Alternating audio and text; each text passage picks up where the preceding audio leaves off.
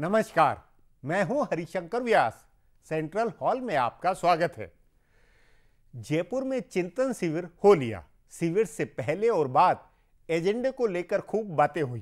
कांग्रेस और उसके नेताओं की चिंता की क्या क्या विषय है और कांग्रेस की क्या रणनीति बनी है, इस पर बहुत कुछ सुनने को मिलेगा। लेकिन शायद इस पहलू पर चर्चा नहीं हो कि क्या बिना सोनिया गांधी के आभा मंडल के कांग्रेस चुनाव लड़ेगी। ध्यान रहे, चर्चा है कि सोनिया गांधी शायद अगला लोकसभा चुनाव नहीं लड़े। राहुल गांधी आम चुनाव में मुख्य प्रचारक होंगे। राहुल गांधी सेनापति, रणनीतिकार, विचारक सब कुछ होंगे। उनकी कमान में लोकसभा चुनाव लड़ा जाएगा। क्या ये बातें सोनिया गांधी के बैकग्राउंड में जाने या रिटायर होने की नहीं है? इसलिए जयपुर में कांग्रेस नेताओं, प्रतिनिधियों ने राहुल गांधी के बनते रोल और सोनिया गांधी के ढलते रोल को बूझने की कोशिश की होगी। अपना मानना है कि सोनिया गांधी की अनिवार्यता बड़ी है।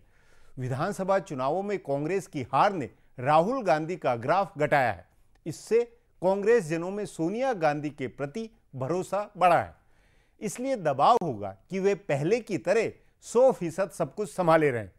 राहुल गांधी जो करे वह उनके साए में हो, लेकिन यह कांग्रेस के लिए आत्मघाती होगा। राहुल गांधी के राजनीतिक जीवन को यह फ्लॉप कराने वाला होगा, क्या नहीं? आज इस पर चर्चा है, मगर उससे पहले सुर्खियां और राजकाज है। लेकिन सबसे पहले देखें ताजा गपशप। जयपुर में राहुल गांधी की कमान संभालने का बहुत हल्ला रहा। उपाध्यक्ष पद पर उनकी तरक्की और उसके बाद उनके भाषण स्वागत से यह संदेश गया कि वे पार्टी की कमान संभालने वाले हैं, लेकिन हकीकत में ऐसा नहीं है। जयपुर के हल्ले में इस बात पर बहुत कम लोगों ने ध्यान दिया कि जब शनिवार को दिल्ली के सभी अखबारों में खबर छपी कि राहुल कार्यकारी अध्यक्ष हो रहे हैं और दिन भर चैनलों ने उन्हें कार्यकारी अध्यक्ष बनते दिखाया, तो ऐन वक्त उपाध्यक्ष की घोषणा कैसे हुई? असल में कांग्रेस में यथास्थिति बनाए रखने के पक्षधर नेताओं की भरमार है, जो आसानी से अपनी सत्ता राहुल की यूथ ब्रिगेड के हाथों में नहीं जाने देंगे। एआईसीसी में बैठने वाले पुराने धुरंधरों का मानना था कि कार्यकारी अध्यक्ष का मतलब होता है पूरी कमान संभालना। राहुल अगर कार्यकारी अध्यक्ष बनते तो यह मैसेज जाता कि सोनिया रिटायर हो रही हैं, इसलिए उन्हें उपाध्यक्ष बनाया गया ताकि सोनिया गांधी का शीर्ष नेतृत्व बना रहे। अब उपाध्यक्ष के नाते राहुल का अपना सेटअप बनेगा, जबकि कांग्रेस अध्यक्ष के नाते सोनिया गांधी का पुराना सिस्टम काम करता रहेगा। अखिल भारतीय कांग्रेस कमेटी में उन लोगों का दबदबा रहेगा जो पिछले 15 साल से सोनिया गांधी के साथ सक्रिय हैं। कम से कम 2015 तक यह स्थिति बनी रहेगी। लोकसभा का अगला चुनाव कांग्रेस सोनिया और राहुल दोनों के साझा नेतृत्व में लड़ेगी।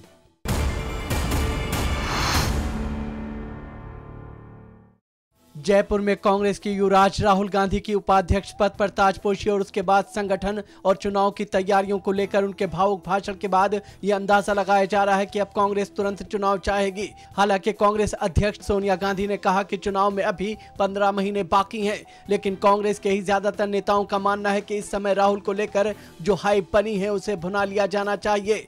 कांग्रेसी नेताओं का मानना है कि अब ये मैसेज चला गया है कि कांग्रेस राहुल की कमान में चुनाव लड़ेगी और अगर इस साल होने वाले 9 राज्यों के विधानसभा चुनाव में कांग्रेस की हवा बिगड़ी तो राहुल का बचा खुचा करिश्मा भी खत्म होगा। इस साल जिन राज्यों में चुनाव है उनमें कर्नाटक और दिल्ली में कांग्रेस को कुछ उम्मीद है, बाकी सभी जगह कांग्रेस मुश्किल मुकाबले में फंसी दिख रही है। तभी अंदाजा लगाया जा रहा है कि बजट सत्र के बाद चुनाव कराया जा सकता है।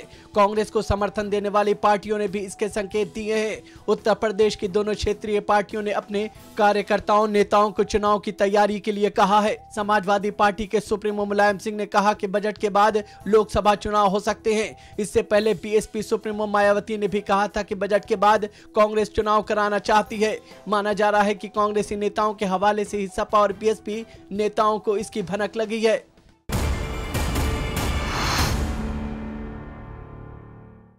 कांग्रेस पार्टी ने सेकुलर पार्टियों के साथ गठबंधन बनाने की बात की है, लेकिन जैसे पहली चर्चा थी उस हिसाब से अलायंस को लेकर कोई बड़ी घोषणा नहीं हुई। वरिष्ठ नेता और केंद्रीय मंत्री कमलनाथ ने बहुत पते की बात कही। वे गठबंधन पर विचार करने वाली समिति के सदस्य हैं। उन्होंने कहा कि कांग्रेस को चुनाव पूर्व अलायंस छोटा रखना चाहिए। चुनाव के बाद गठबंधन ज्यादा बेहतर होगा। कांग्रेस की तरह क्षेत्रीय पार्टियां भी अकेले चुनाव लड़ने की तैयारी में है। सभी पार्टियों की चिंता ज्यादा सीटें लाने की है, ताकि अगले चुनाव के बाद केंद्र में उसकी अहम भूमिका रहे। तभी ज्यादातर क्षेत्रीय पार्टियों ने बिना किसी गठबंधन के चुनाव लड़ने का संकेत दिया है। उत्तर प्रदेश की दोनों बड़ी क्षेत्रीय पार्टियों समाजवादी पार्टी और बसपा ने ऐलान कर दिया है कि वे अकेले चुनाव लड़ेंगे। इसी तरह ओडिशा में बीजू जनता दल के नेता नवीन पटनायक ने कहा है कि वे किसी पार्टी के साथ तालमेल नहीं करेंगे। उनसे पहले तमिलनाडु की मुख्यमंत्री जयललिता ने ऐलान कर दिया है कि उनकी पार्टी तमिलनाडु की 39 और पुडुचेरी की 1 सीट पर अकेले चुनाव लड़ेगी। पश्चिम बंगाल की मुख्यमंत्री ममता बनर्जी कांग्रेस से अलायंस खत्म कर चुकी हैं। वे भी प्रदेश की सभी 42 सीटों पर अकेले लड़ेंगी। बिहार के मुख्यमंत्री नीतीश कुमार भी भाजपा के साथ अलायंस तोड़ने की तैयारी में हैं। उन्होंने भी अपनी अधिकार यात्रा के दौरान जदयू को 40 सांसदों वाली पार्टी कहा था। इसे मुख्यमंत्रियों की महत्वाकांक्षा भी कह सकते हैं कि सभी केंद्र पर कब्जे की योजना बना रहे हैं। अब सुर्खियां हैं, ये सुर्खियां लीक से हटकर है।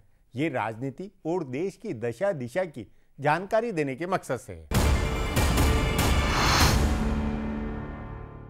अब तक हिंदू आतंकवाद के मसले पर दिए सुशील कुमार शिंदे के बयान पर प्रधानमंत्री और सोनिया गांधी से माफी मांगने की अपील कर रही भारतीय जनता पार्टी ने अब शिंदे के इस्तीफे की मांग की है। भाजपा के प्रवक्ता रविशंकर प्रसाद ने कहा कि भाजपा हिंदुओं का और देश की भगवा संस्कृति का ऐसा अपमान बर्दाश्त नहीं करेगी। उन्होंने कहा कि शिंदे ने भाजपा और आरएसएस पर आतंकवादी शिविर चलाने वाले आरोप प्रधानमंत्री की मौजूदगी में लगाए थे, इसलिए यह बहुत गंभीर मामला है। रविशंकर प्रसाद ने इस मसले पर शिंदे के इस्तीफे की मांग की।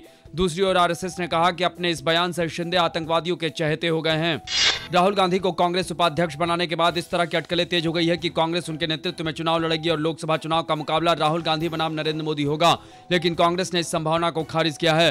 पार्टी महासचिव दिग्विजय सिंह ने कहा है कि कांग्रेस पीएम पद का उम्मीदवार घोषित नहीं करती है। राहुल बनाम मोदी का मामला मीडिया का बनाया मजाक है। इसी तरह जयराम रमेश ने कहा कि लोकसभा चुनाव व्यक्तियों के बीच नहीं बल्कि पार्टियों के बीच होगा। एटा से सांसद कल्याण सिंह को छोड़कर उनकी बनाई जन क्रांति पार्टी का भाजपा में विलय हो गया। कल्याण सिंह के बेटे और जन क्रांति पार्टी के अध्यक्ष राजवीर सिंह ने आज अपनी पार्टी के भाजपा में विलय की औपचारिक घोषणा की। लखनऊ में हुई एक रैली में भाजपा के दिग्गज नेताओं की मौजूदगी में जन क्रांति पार्टी का भाजपा में विलय हुआ।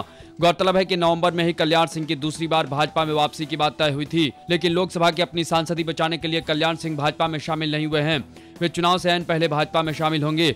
भाजपा के वरिष्ठ नेता राजनाथ सिंह ने कहा कि लोकसभा चुनाव में कल्याण सिंह की बड़ी भूमिका होगी।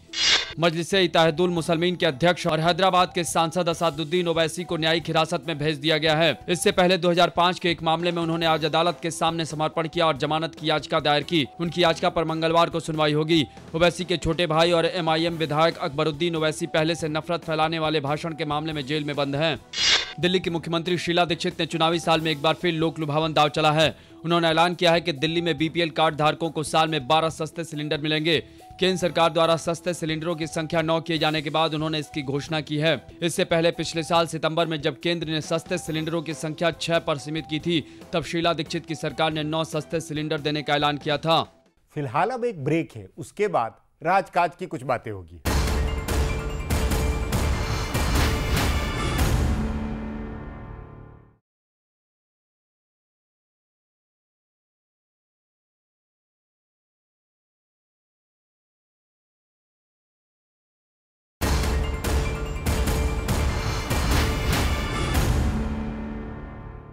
ब्रेक के बाद आपका स्वागत है। हाशिए में इधर उधर कई खबरें दबी हुई होती है, इनका राजनीतिक अर्थ भी होता है।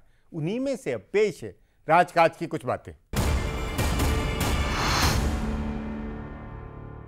बिहार में भारतीय जनता पार्टी का अंदरूनी झगड़ा बढ़ने वाला है। उप मुख्यमंत्री सुशील कुमार मोदी ने दिल्ली के कुछ ताकतवर नेताओं की मदद से अपने करीबी मंगल पांडे को प्रदेश अध्यक्ष बनवा लिया, लेकिन इससे सुशील मोदी बनाम नरेंद्र मोदी का विवाद बढ़ेगा।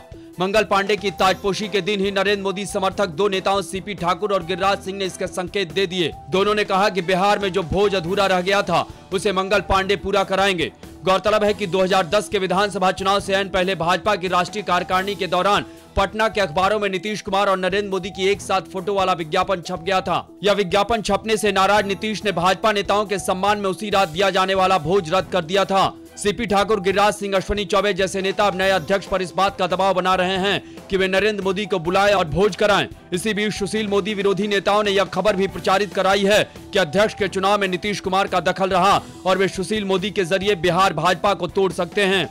कांग्रेस के वरिष्ठ नेता और रक्षा मंत्री ए के एंटनी की अध्यक्षता वाले मंत्री समूह की सिफारिशें मानी गई तो दशकों से चला आ रहा भारतीय नौकरशाही का पूरा ढांचा बदल जाएगा।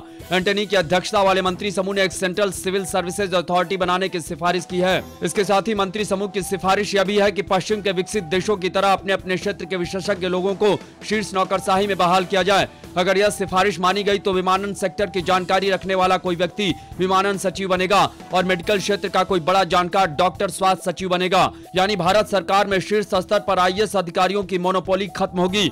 इस मंत्री समूह की सिफारिशों को इसलिए भी बहुत गंभीर माना जा रहा है क्योंकि इसमें सरकार के सभी आला मंत्री शामिल हैं। एंटनी के अलावा इसमें वित्त मंत्री पी चिदम्बरम, गृह मंत्री सुशील कुमार शिंदे, कृषि मंत्री शरद पवार, पेट्रोलियम मंत्री वीरप्पा मोइली, संसदीय कार्य मंत्री कमलनाथ, सड़क परिवहन मंत्री सीपी जोशी, संचार मंत्री कपिल सिब्बल आदि तमाम मंत्री शामिल हैं।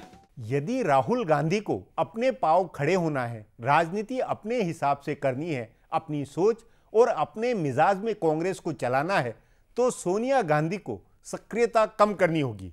सब कुछ राहुल गांधी पर छोड़ना होगा। इस पर आगे चर्चा करें उससे पहले देखें मेरा यह खुलासा। राहुल गांधी कांग्रेस में पहले भी नंबर 2 के नेता थे, लेकिन जयपुर के चिंतन शिविर में उपाध्यक्ष बनाकर उनकी इस पोजीशन को आधिकारिक दर्जा दे दिया गया है। वे सोनिया गांधी के तमाम वरिष्ठ महासचिवों से ऊपर होंगे, लेकिन सवाल है कि क्या वे पूरी तरह से पार्टी की कमान संभालेंगे या अभी भी सोनिया गांधी की छत्रछाया में काम करेंगे। यह सवाल इसलिए अहम है क्योंकि 2015 तक सोनिया गांधी की कमान बनी रहेगी। उससे पहले 1 दर्जन राज्यों में विधानसभा के चुनाव होने वाले हैं और साथ ही लोकसभा का सबसे अहम चुनाव भी है। अगर कांग्रेस में दोहरा नेतृत्व रहता है, जैसा कि कई नेताओं ने कहा कि कांग्रेस सोनिया और राहुल गांधी दोनों के नेतृत्व में चुनाव लड़ेगी, फिर बतौर नेता राहुल के स्थापित होने में समय लगेगा। राहुल की गंभीरता, निष्ठा और उनकी मेहनत पर जिन लोगों को कोई संदेह नहीं है, उनका भी मानना है कि अभी स्वतंत्र रूप से उनके लिए कांग्रेस को संभालना मुश्किल है। इसका कारण यह बताया जा रहा है कि उन्होंने अपना कोई ऐसा स्वतंत्र सेटअप तैयार नहीं किया है जिसकी अखिल भारतीय समझ हो। ले देकर उनके करीबी नेताओं में दिग्विजय सिंह का नाम आता है, जिनकी अखिल भारतीय पहचान और समझ है। उनके अलावा यूथ कांग्रेस और एनएसयूआई की राजनीति करते हुए राहुल ने जो लोग तैयार किए हैं, उन्हें कांग्रेस के पुराने नेताओं की छत्रछाया में बैठकर बहुत सीखना होगा। लेकिन लोकसभा चुनाव से पहले उतना सीखने का समय भी नहीं है। इसलिए कहा जा रहा है कि अगले लोकसभा चुनाव में सोनिया गांधी की कमान ज्यादा जरूरी है। यह स्थिति कुछ वैसी है जैसे राजीव गांधी के अचानक प्रधानमंत्री बनने के समय थी। राजीव गांधी भी प्रधानमंत्री बनने के समय सांसद और महासचिव दोनों थे। उससे पहले कश्मीर के चुनाव से लेकर कई अहम मसलों पर उन्होंने काम किया था। वे 415 सांसदों के साथ प्रधानमंत्री बने थे, लेकिन उनके साथ काम करने वाली टीम में नए और पुराने नेताओं के टकराव में पार्टी 5 साल में गर्त में चली गई। अब भी ऐसी स्थिति है। एक तरफ वह टीम है जो राजीव गांधी के जमाने से काम कर रही है, जिसने पीवी नरसिंह राव और सीताराम केसरी से लड़कर सोनिया के हाथ में कांग्रेस की कमान थमाई और पार्टी को 114 सीटों से उठाकर 207 तक ले गए। दूसरी ओर राहुल गांधी के युवा साथी हैं, जिन्हें अभी तक राजनीतिक वास्तविकता से बहुत आमना सामना नहीं हुआ है। राहुल की सफलता के लिए जरूरी है कि सोनिया गांधी की पुरानी टीम और राहुल की नई टीम में तालमेल बने। इनके बीच अगर खींचतान रही तो कांग्रेस की वैसी स्थिति हो सकती है जैसी 80 के दशक के आखिरी दिनों में थी। कायदे से अगर सोनिया गांधी अपनी सक्रियता कम कर दें और सब कुछ राहुल गांधी के हाथ में सौंप दे तो कांग्रेस एक नई ऊर्जा के साथ काम करेगी। ऐसे में सोनिया को सुपरवाइजर की भूमिका निभानी होगी। उन्हें अपनी पुरानी और राहुल की नई टीम के बीच तालमेल सुनिश्चित करना होगा। अगले साल होने वाले लोकसभा चुनाव से पहले यह काम करना होगा। राहुल गांधी को भी तमाम पुराने नेताओं को अपना भरोसेमंद बनाना होगा और संगठन में बेहतर बैलेंस सुनिश्चित करना होगा।